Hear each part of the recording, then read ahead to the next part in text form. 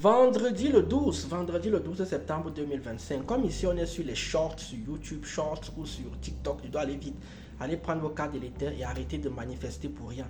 La sagesse du jeu est toujours dans la même continuité de ce dont on parle depuis un certain temps, la volonté de puissance. Voici dans la sagesse du jour. La guerre est le seul moyen que les élites ont trouvé pour garder le pouvoir. La guerre est le seul moyen que les élites ont trouvé pour garder le pouvoir. N'oubliez jamais un truc, j'en ai déjà parlé ici. Avant la guerre, il y a la paix, c'est-à-dire après la guerre, il y a la paix. Ça fait paix, guerre, paix. Pourquoi est-ce qu'on fait la paix au milieu? Non, c'est parce que les élites ont besoin.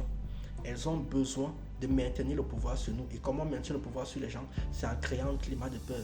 On va aller dans un pays, on va foutre la merde là-bas et on va montrer aux autres en disant, regardez, si vous ne faites pas attention, ce sera comme ça là. Donc ce sont nous les élites qui pouvons vous aider et garder le pouvoir.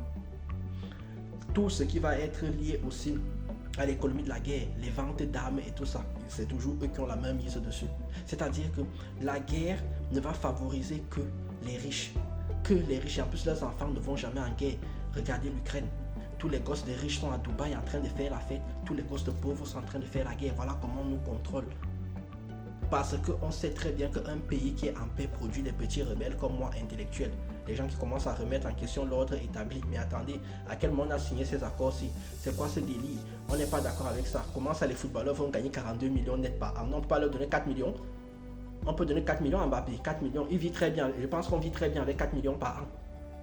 Parce qu'on va remettre en question l'ordre établi. On va remettre en question certaines cultures élitistes qu'on n'est pas d'accord avec. Donc, pour empêcher le développement et que ce petit virus-là prenne une grande partie de la population, on va s'arranger à ce que les gens soient, que la guerre soit toujours présente. Et la guerre n'est pas qu'une guerre physique.